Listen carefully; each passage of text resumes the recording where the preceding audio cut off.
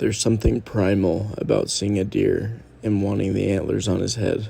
For some, this takes the extreme, throwing rocks to hit their antlers off or chase them around on a moped. For me, the joy of just enjoying these animals and trying to find them day after day, journey after journey, hike after hike, is what it means to me.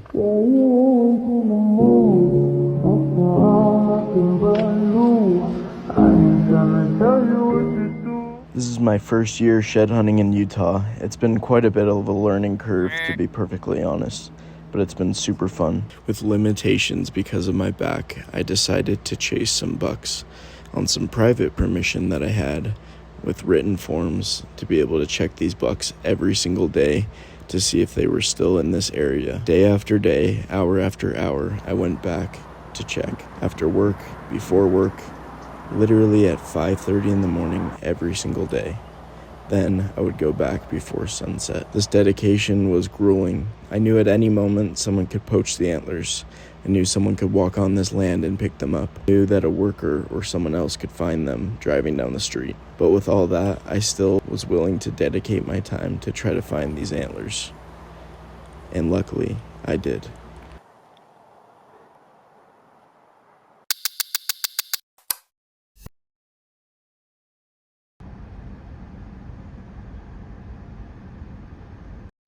I absolutely never pushed these animals. To me, it was almost more interesting watching them and learning new things up close and personal. Watching from afar with binoculars and also photographing them, I was able to hear vocalizations that I had never heard mule deer make ever before. One time, 3 bucks were fighting all at one time, and it was the coolest thing I've ever experienced. One thing also to note, the interesting facts of how they would disappear, where certain bucks wouldn't want to interact with others. Not just from an aggressive standpoint, but they legitimately would split up the herd, so when one buck was in the orchard or in the area, another buck would not be. Super interesting concept that I learned, and it was an amazing experience to be able to know these deer and to have them know me and recognize me every day.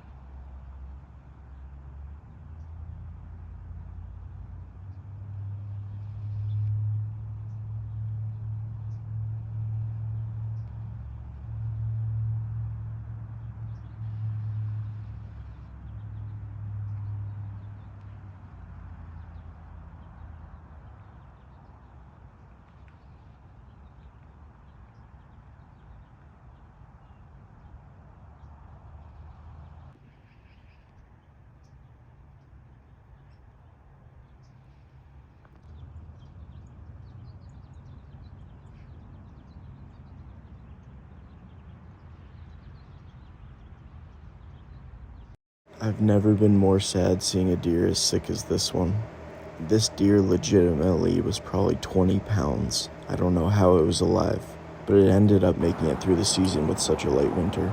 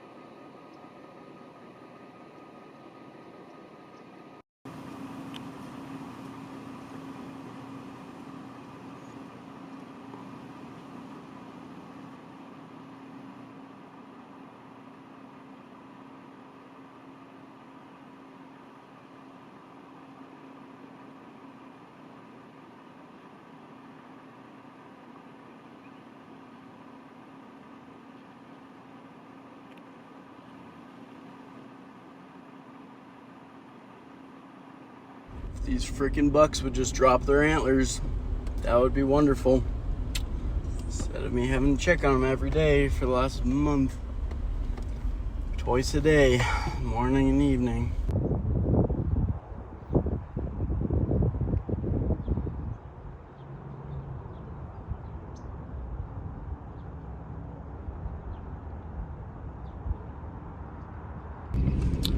Well, I don't think the bucks lost their antlers. I think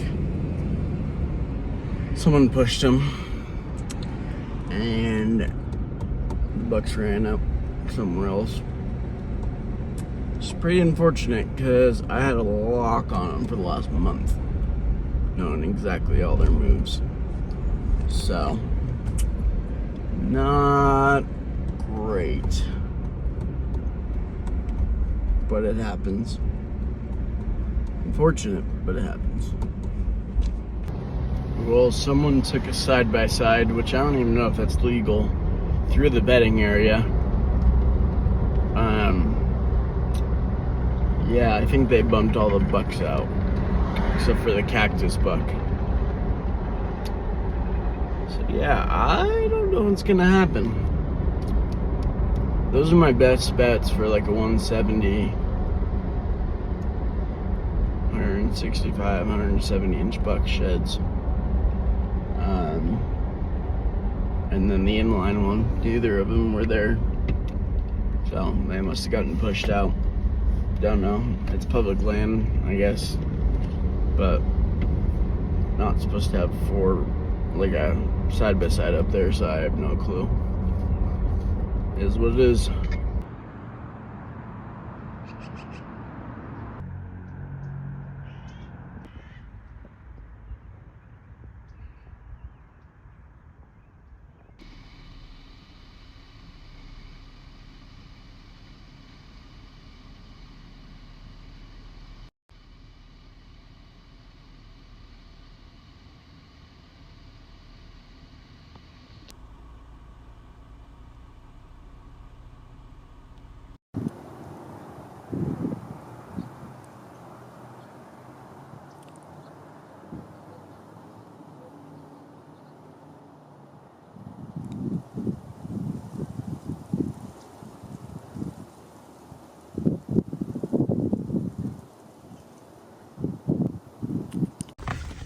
It's so interesting how these mule deer work because they're the complete opposite of whitetail. Normally whitetails will like go to the food sources at nighttime and then they'll lay there. But with these mule deer, what they're doing is they're sitting inside this orchard all day from morning till sunset, and then at sunset they're leaving because they know people are going to come check them out, and then they're going up into the mountains to feed on the side hills where they know they would get spotted all day and where there's hikers and stuff. So it's kind of interesting. Holy shit, holy shit, holy shit. I just found his first side. Oh my gosh.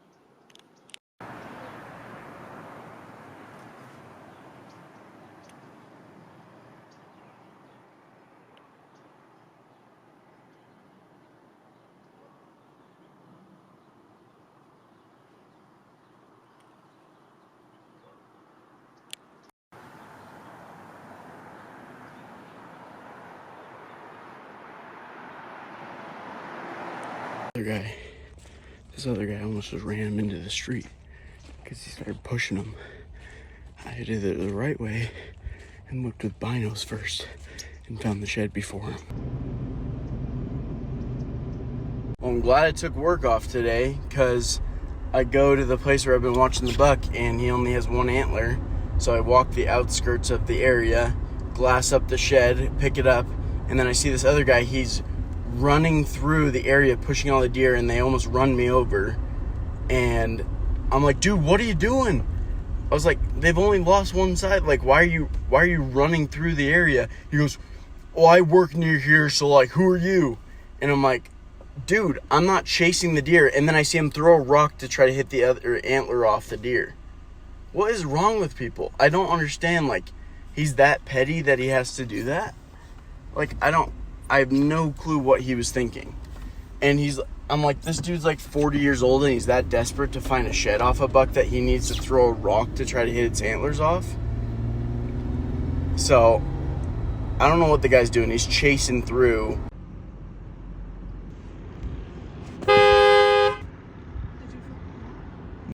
Hey everybody, so this is the buck I have been following for a couple of months now. As you can see, he's not the biggest buck in the world, but he's got a lot of cool character. Right here, he's got this little point, got a little one here, and he actually has this curve up. It's just a super cool buck, very light.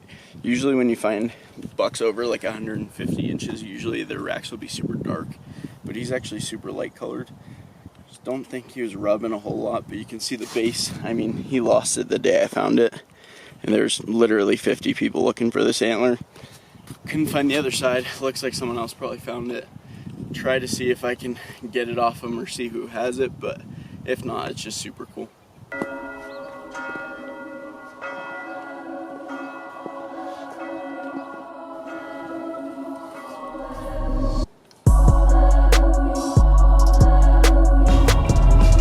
He's got big backs, busted right here, character right here, big eye guard, just a stud.